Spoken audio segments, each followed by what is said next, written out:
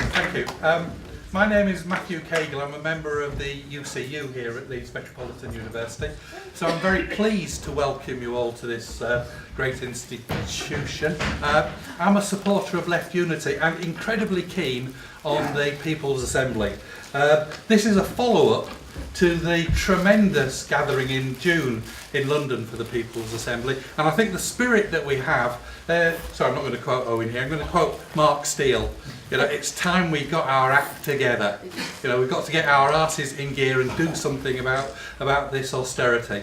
I think we've got a brilliant opportunity following up from the debacle and humiliation for the Tory government on Thursday night. So it's all out for going to Manchester on September the 29th, and I hope by the end of this you'll all be, if you haven't been convinced that you want to go, you'll be keen and you'll be signing up. Right, I'm not going to go on for much longer. I want to have as much time for discussion as possible. Really, I would like the discussion to be as focused on activities as possible, you know, so rather than your theoretical explanation of what's wrong with us all, you know, we can probably agree, but we need to focus on what we're going to do about it. Okay, and I'm pleased to say that as well as Owen, we've got 3 local activists to speak. I just better check the names over here, in case my mind goes blank. Okay, so first of all, we're going to have Liz Kitching speaking from Hands Of Our Homes. Then Debbie Wilkinson will be speaking on behalf of Unite about what's happening with Yorkshire ambulances. And then Dr John Puntis will be speaking on behalf of Keep Our NHS Public. I'll ask them to speak for about 5 minutes, starting with Liz, and you can come to the here, but you don't need this. Okay. Well, can you hear me? Yes. I'll just stay here then. Thank you. My name's Liz Kitching. I live in Leeds, and I'm from Leeds Hands Off Our Homes, which is part of a national campaign to defeat the bedroom tax. I'm sort of assuming that by now everybody here will know what the bedroom tax is, but if you don't know what it is an attack on people who are in receipt of housing benefit and happen to have a bit of spare floor and walls. That is what it comes down to. Now, we're being ruled by a government, I think, of sociopaths and psychopaths, and so much so they'd like our bedrooms. The fact that there's nowhere to go and that you've nothing to pay with doesn't matter to them. And so thousands and thousands of us up and down the country have been campaigning, fighting, researching to show exactly that this tax is unfair, unjust, pernicious, but above all unworkable. And what it really is an attack on social housing, an attack on council housing. The Tories don't like the idea of anything social, you know, that's good for everyone, that means that everybody's got a home that they can feel secure in for as long as they need it. They hate the idea, don't they? And so thousands of us, probably tens of thousands of us, from Scotland down to Brighton, up to Belfast and all across the country, are fighting like mad. But what we're having to do more than anything is actually support individual tenants and families about their rights, because you'd be absolutely surprised when you find out that the councils, I can only really speak for Leeds Council, telling us in Hands Off Our Homes that they are doing everything they can to support tenants, when in fact they're doing precisely the opposite. And by that, what I mean is they are pursuing people out of their homes.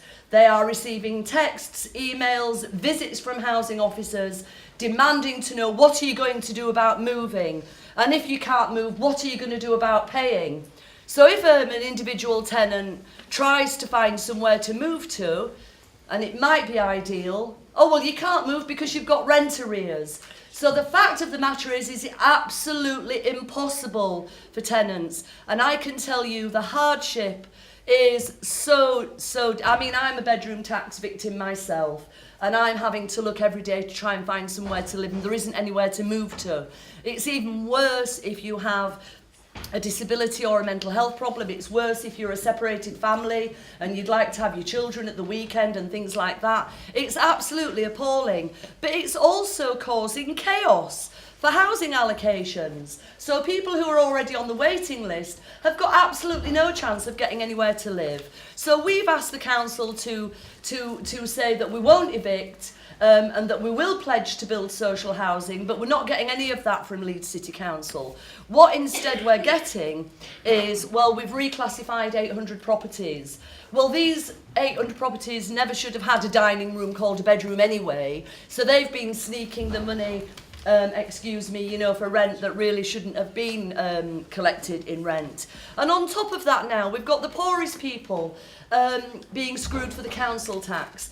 And I'm telling you, every Thursday morning, my comrades and I, we go down to the magistrates' courts in Leeds to see the poorest people of Leeds dragging themselves along, not knowing what's going to happen, thinking that they're going in front of a magistrate to try and negotiate and explain why they haven't got this extra money, on top of the bedroom tax, on top of their disability cuts, and on top of all the other cuts that they're facing. No school clothing grants, for example. You know, all of this is coming all at once, thick and fast, upon the poorest people in Leeds. It's an absolute disgrace. So when Keith Wakefield, the leader of the council, goes in The Guardian a couple of weeks ago to tell the country that he knows all about poverty and homelessness because he was that young man, he's the very same leader of the council who's dragging the poorest people down to court on a Thursday morning. But the people aren't going to see a magistrate, actually. They're seeing a council official who is taking their documents, stamping their documents and removing £3.60 a week directly from the measly benefits that they receive to live on. Everybody knows that the cost of living is going up and everybody's income's going down. So it's an absolute disgrace. So really, I think the message that we want people to take away with them, I would very much love it if you would take my leaflets and read them and inform yourselves. And if you know of any tenants affected, please start helping them. But please join us, because we can give you all the information from all the research that we've done over the last year and help you to help tenants. I'd also very much like you to take a pamphlet of mine, a small donation if you can afford it, otherwise they're free, which goes through all the arguments. Because it seems to me there's been quite a lot of talk from individual Labour councillors up and down the country, and some suggestions from one or two councils, one in Scotland and possibly Brighton, who are saying, well, we're not going to evict people who are affected by the bedroom tax. But it's absolutely not good enough, because the vigorous pursuit of these tenants is taking place every day. So it really isn't good enough, and it seems to me, and I think that this is what most people agree with, is that the councils would save far more money by simply refusing to implement it and carry on with allocating housing as best they can. And it would also be cheaper than paying bailiffs to burst into people's homes to take their belongings, and also cheaper than pursuing them through the courts. And we still don't know why the Labour councils won't get together and stand up against these Tory psychopaths who know nothing about a council house or the size of a bedroom anyway, because they only know mansions and townhouses and servants and chauffeurs and the best food and the best drink and all the rest of it. That's all they know about. And so for us, we're astonished that the Labour councils aren't coming together to stand up against this. Now, in a couple of days ago, it is said that Miliband has said that if he gets elected in 2015, he's very likely to scrap the bedroom tax. Well, even to me, that's not even good enough, because people are in severe hardship now, and there's severe chaos now. 5 suicides to date, to my knowledge. There's probably more of people who've just hit rock bottom and can't take any more. I have to wind up. So it seems to me that it's up to all of us to put pressure on our councillors. Lobby your council, ring them up, email them. What are you doing about the bedroom tax? What do you think? Because a lot of people get very confused and they think, oh, well, you know, it's not your house. And, you know, they get very reactionary about it when they don't know the full facts. So that's why I'm at the People's Assembly. I'm thrilled that we've got these People's Assemblies. I'm thrilled that we've got the Stop the War movement that proved its worth on Thursday night when Cameron didn't get the war that he wanted. You know, so there's money for bombs, but not money for bedrooms, you know, and really that's where we're at. So I would urge everybody to lobby your own councillors. I would urge you to find out if you've any friends or neighbours who are affected, because there's everything that we can do to help. We are saying to people, keep calm and stay put in your homes, because we'll help you. And if it comes to it, we will prevent evictions. We will have hundreds of people outside people's homes if there's a threat of an eviction. And that's the policy from Glasgow down to Brighton, from people who are campaigning against the bedroom tax, but also campaigning for benefits justice. Thank you.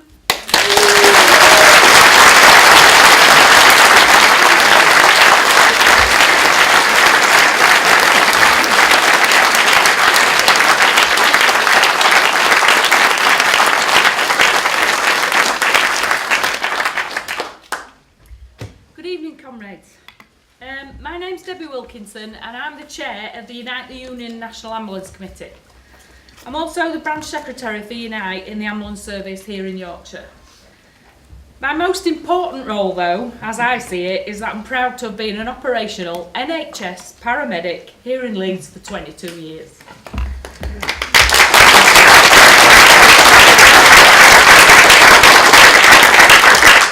I'm really pleased, as Liz said, to speak to you this evening and be part of the People's Assembly as we fight back against these austerity cuts.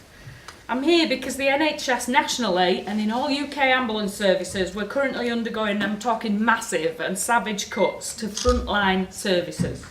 Services that deliver to all of you the best level of free healthcare envied around the world.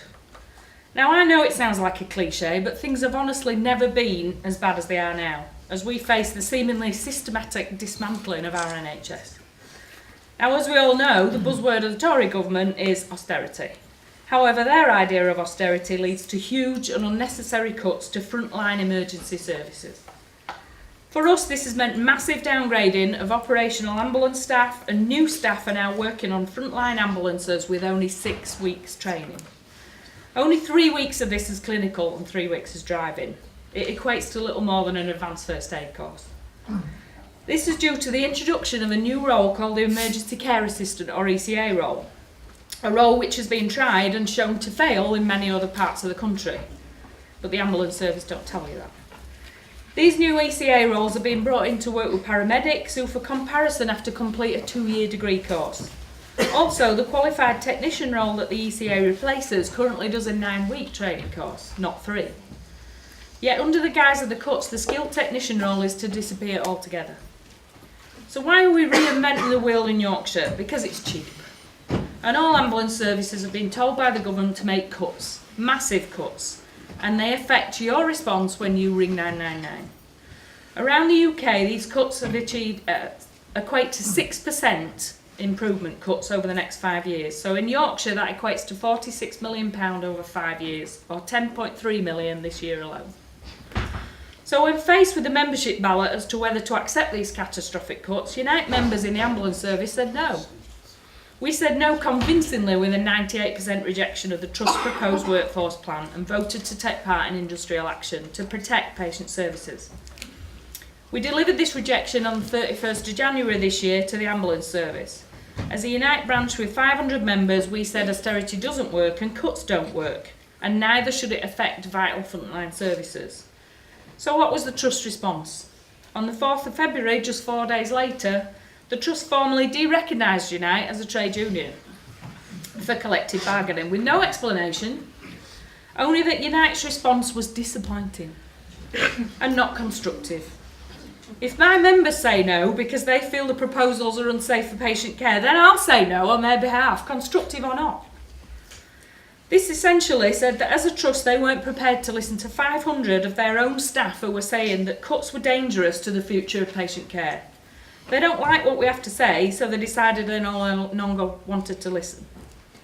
Ironically, the de-recognition came 2 days before the Francis report was published in Mid-Staffordshire, which encouraged NHS staff to speak out and voice concerns over patient safety. We then delivered a positive ballot for industrial action against the workforce plan and the de-recognition. We didn't do this lightly because no emergency worker ever wants to go on strike. But since we were de-recognised, the pace of change in Yorkshire has been staggering. Since February, the new ECA role has been introduced in large numbers of up to 100. These staff are being expected to learn on the job from their peers instead of being properly trained or indeed properly paid for what they do. This is not fair on those staff, the other staff like me who work with them, or the public. And increasingly throughout the country, private ambulance crews are also being used to plug the gaps in frontline services. These crews answer your 999 calls. They wear the same uniforms, drive identical vehicles, although not always with the same equipment, but work with very little governance. Many of these firms employ staff that have left NHS ambulance services for various reasons, including ill health or have even been sacked. As a member of the public who rings 999, you won't know the difference. Also on the patient transport side of the ambulance service who deal with routine requests, contracts are being increasingly lost to private providers. In Manchester, Great Western Ambulance Service recently lost a contract with over 300 NHS staff to Arriva, the bus company. Also in Sheffield and Hull, Yorkshire Ambulance Service lost smaller contracts to taxi firms. You and your families aren't passengers, you're patients, and we treat you as patients. Unite members are still in dispute with Yorkshire Ambulance Service, who simply won't talk to us. Indeed, today we've held a demonstration at their headquarters, which many of you attended, and I thank you for that. We'll continue in our fight, which may involve further strike action and more demonstrations against these savage cuts, unless the government and trust listens to our concerns over patient safety, your safety as a member of the public. Locally, we've carried out 2 strike days and have had massive public support, because we aren't doing this for our own gain, and the public see that. Yes, staff have been downgraded and will lose money and pension rights. The new staff need to be better trained and paid properly for carrying out what's an extremely difficult job, carried out in very stressful and emotional circumstances. We deal with everything from births and deaths to road accidents, heart attacks, mental health issues, and of course drug and alcohol related jobs, with a little bit of verbal and physical abuse thrown in. We honestly and truthfully as clinicians don't believe this plan is safe for the general public, and that's why we're fighting. The Trust tried to silence Unite by de-recognising us. It hasn't worked, and we'll keep on saying no. To be proud to protect the public, we're proud to serve. We can't give up the fight, but we need your continued support, which has been fantastic and ever growing so far. Cuts in the emergency services, all 3 of them, doesn't work and cost lives. Unite will defend that and force the Trust to talk to us, and we are doing this by being vocal. We've had significant media involvement, MP involvement and support from other trade unions, local Labour Party groups, trades councils and Unite the Resistance groups. We need to show this regime and this government that people have a voice. And it's only by coming together, as we're doing here, that that voice becomes loud enough to be heard. Together we can fight the cuts and strive to protect the precious commodity that is our NHS, which, as stated at its inception by Aneurin Bevan, will survive as long as there are folk with the faith to fight for it. We need to fight the cuts and join together as one voice to protect our vital frontline services, which are being run down so they can be privatised and run for profit and not patients. Thanks for your support, and please support the fight. We've got some postcards outside which we're sending to the Chief Executive. We've got a Twitter feed and a petition, and really appreciate the support so far, but I'd appreciate any more you can give. Thank you.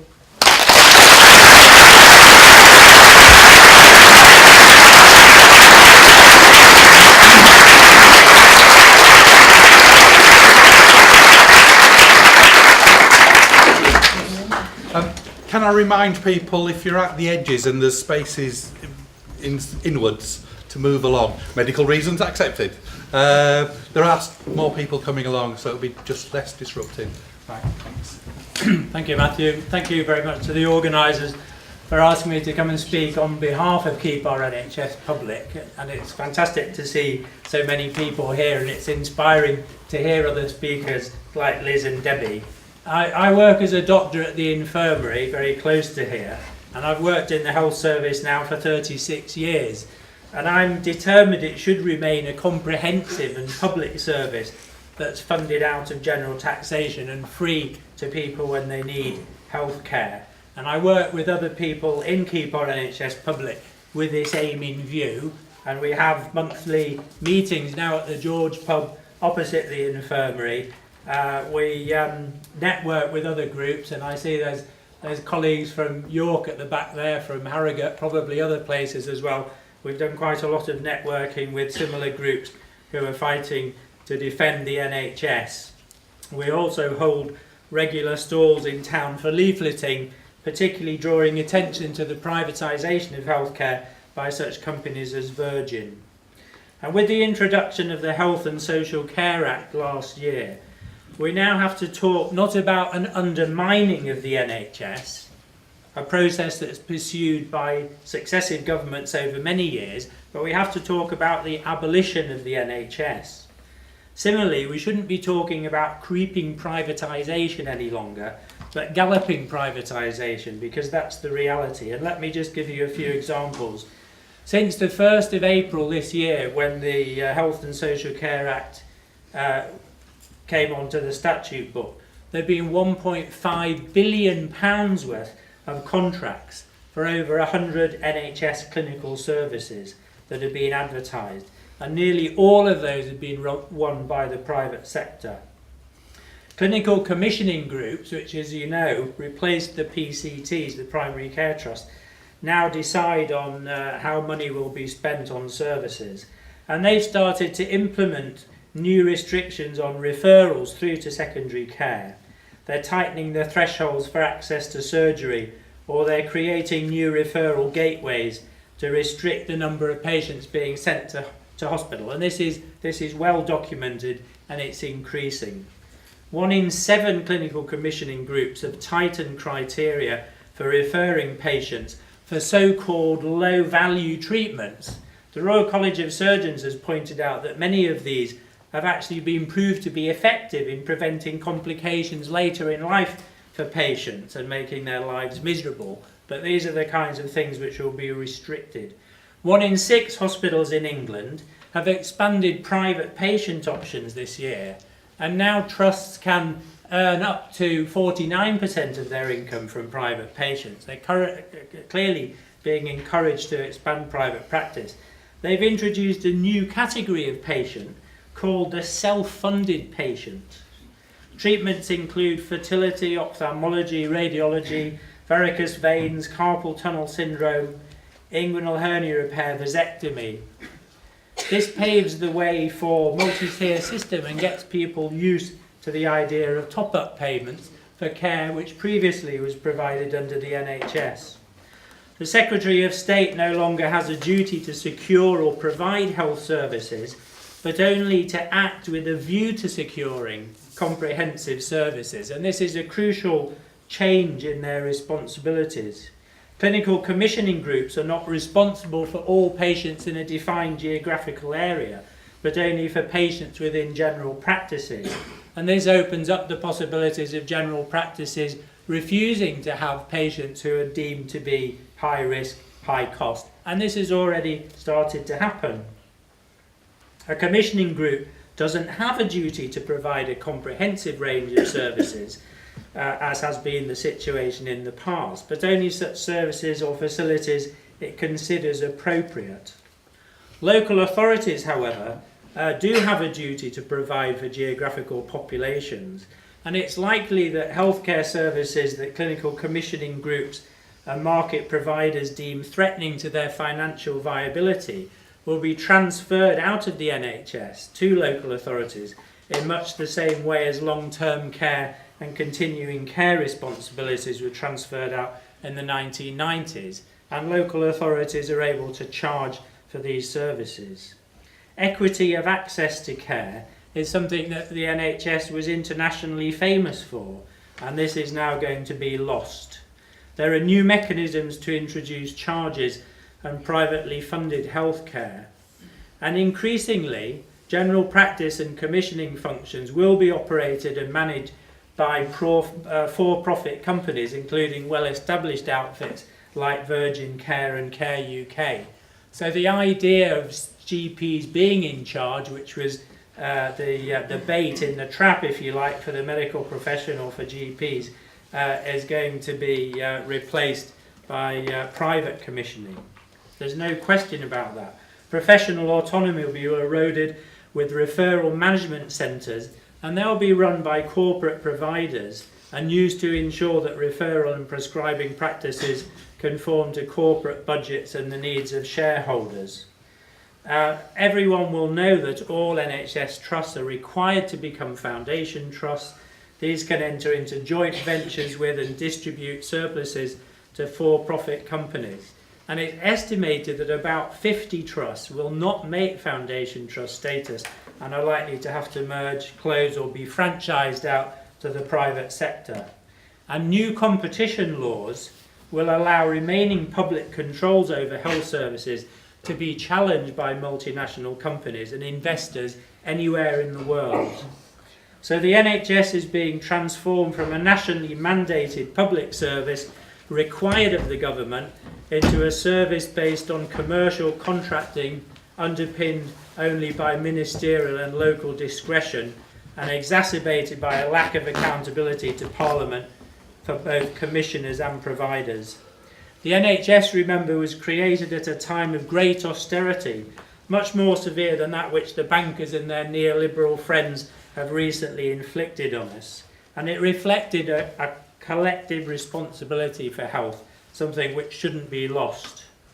When the coalition government took office, the NHS was meeting ambitious targets to cut waiting times and improve care, and was in fact achieving record levels of public satisfaction. While there was always room for improvement, it wasn't broken and it didn't need fixing. The Health and Social Care Act must be revoked because it removes the democratic and legal basis of the NHS, and it allows services to be closed and reconfigured on an unprecedented scale. The coalition government had no mandate for this act. We did not vote for the abolition of our NHS, and neither was it part of the coalition agreement. The fight to reclaim our NHS must be at the forefront of the next election, with all politicians required to make clear where they stand. The Health and Social Care Act must be revoked, and a popular campaign could make this happen. It's not too late, but the situation is critical. Thank you.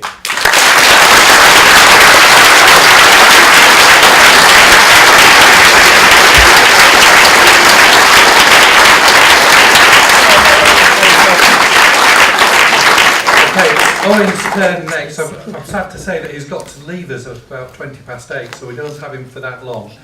So, Owen.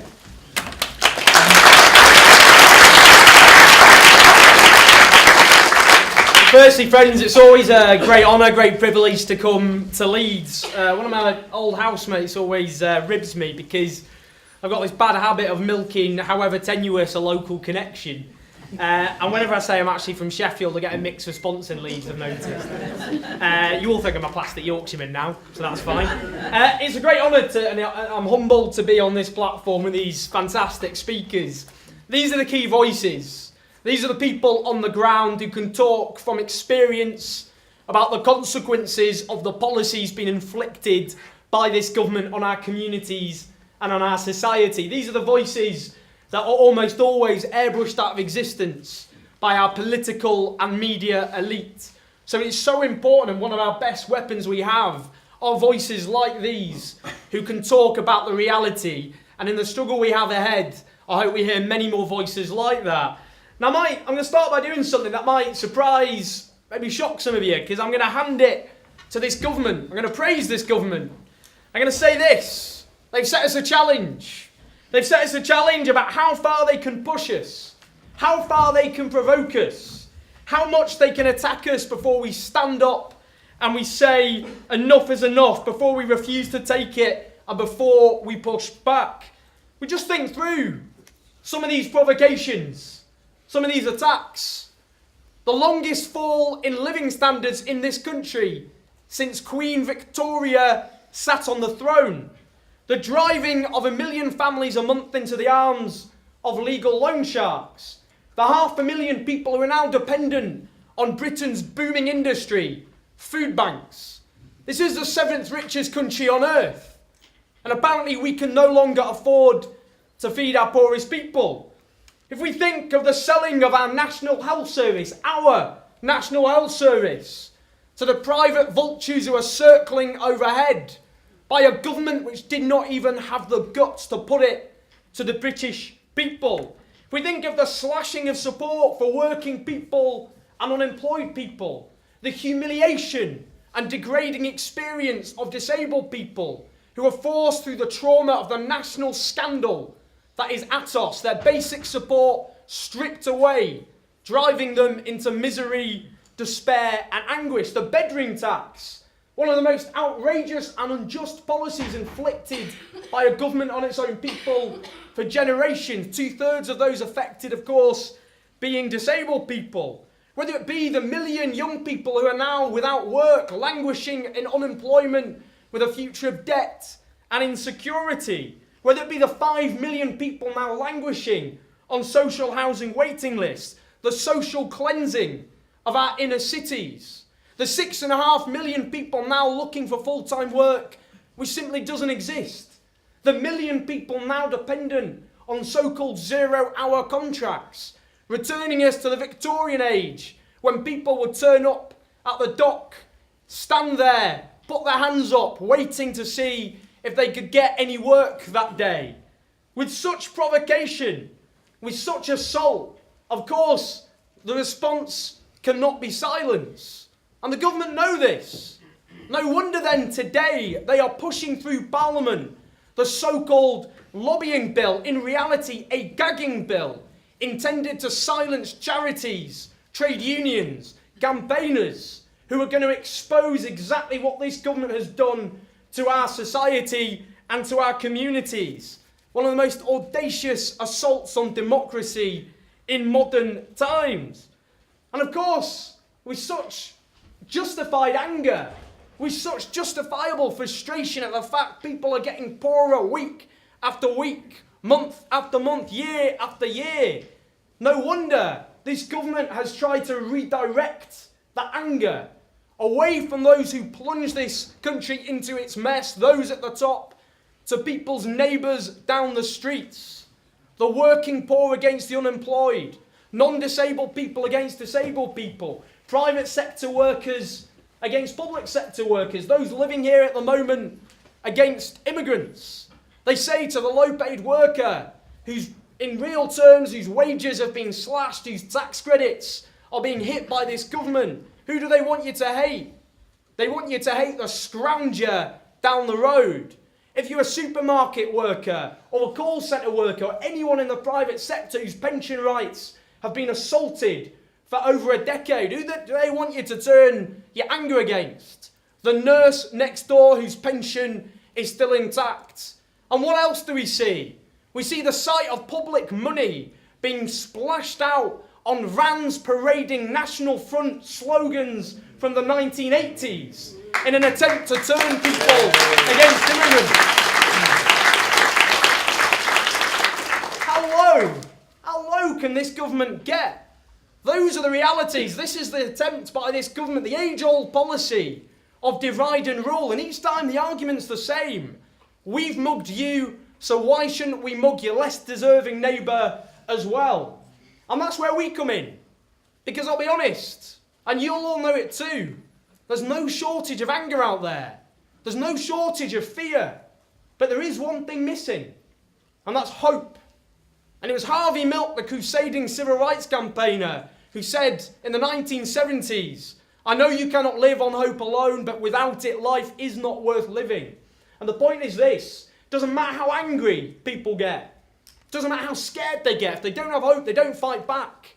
They yell at the TV. The biggest party in this country, after all, is the yelling at the television every time George Osborne appears party. But they won't fight back unless they have hope, and that's where we come in. We've got to give people hope. And we do that by offering a coherent alternative. I just want to talk quickly about what those ideas are, and I've said this a million times, but our enemies hammer their message to death, and we've got to do the same as well. They tell us about social security spending is too high. Well, they've got a point.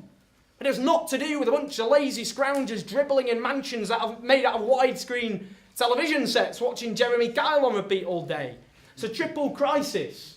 It's the housing crisis, it's the low wages crisis, and it's the jobs crisis. Now, taxpayers have every reason to be furious about the £24 billion being wasted on housing benefit. That's not lining the pockets of the tenants.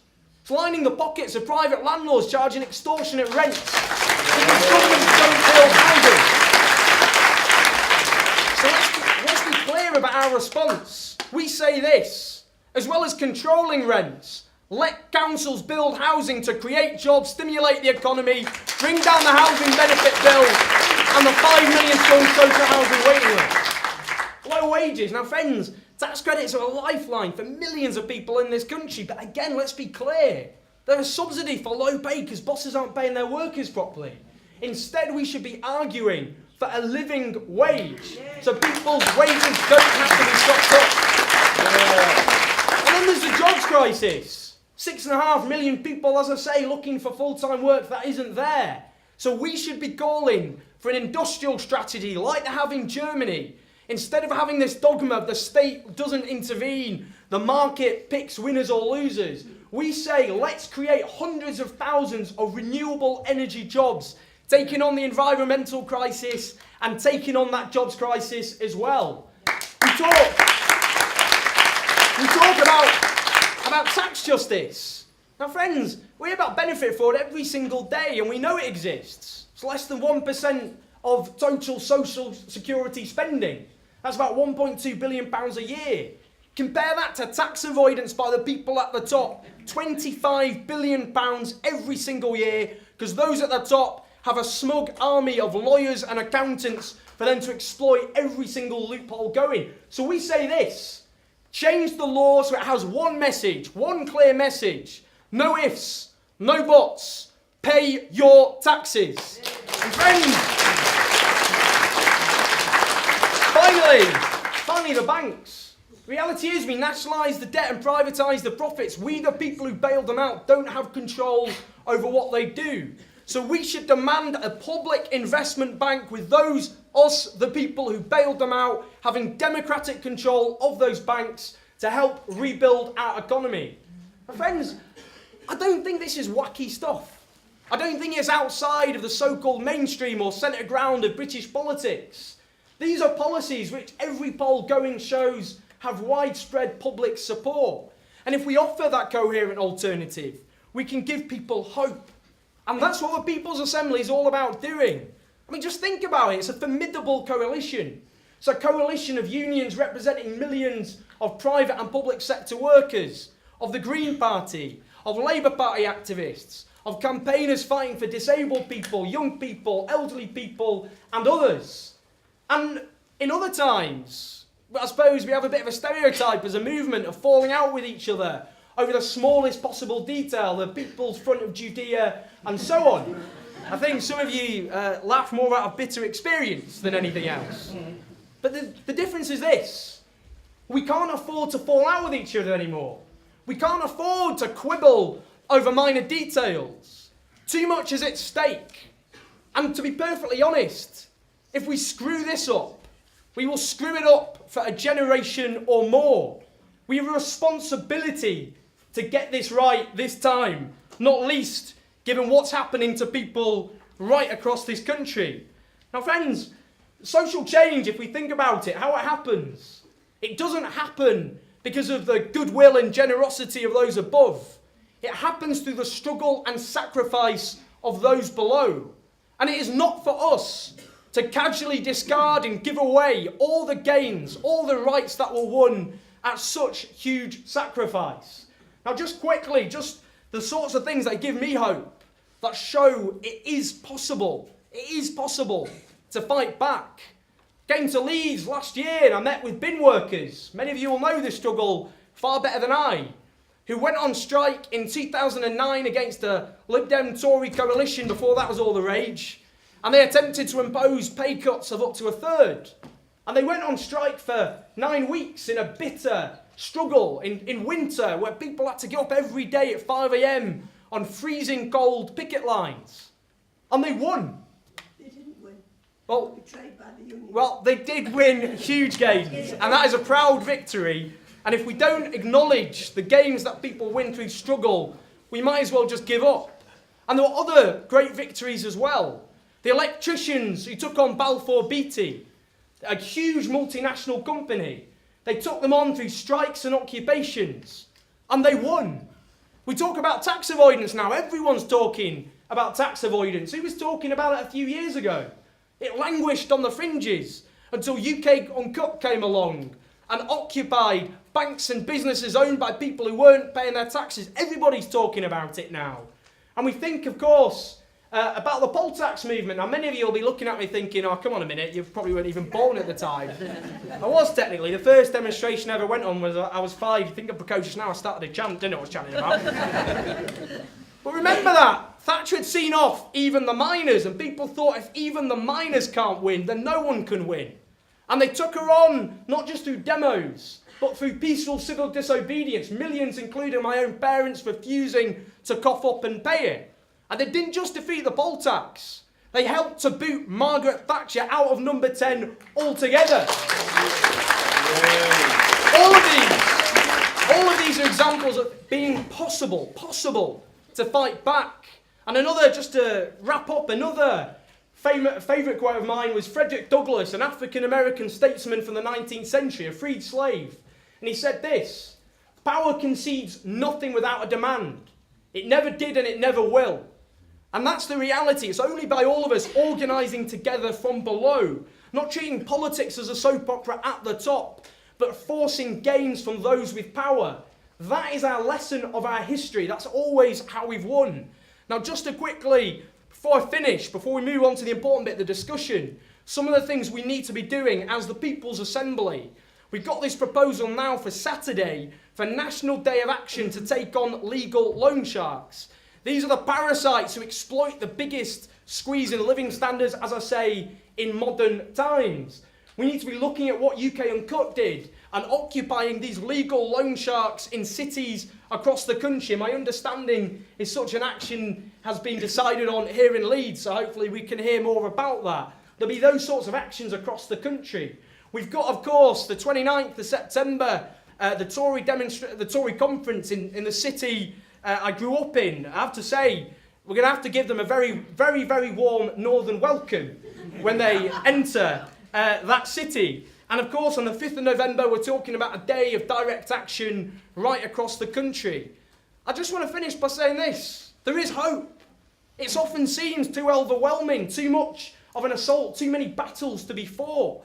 But that's what makes it so powerful.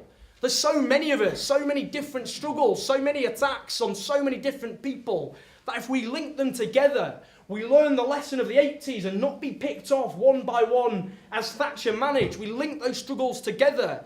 And I have this absolute confidence. I say it every time because I believe it.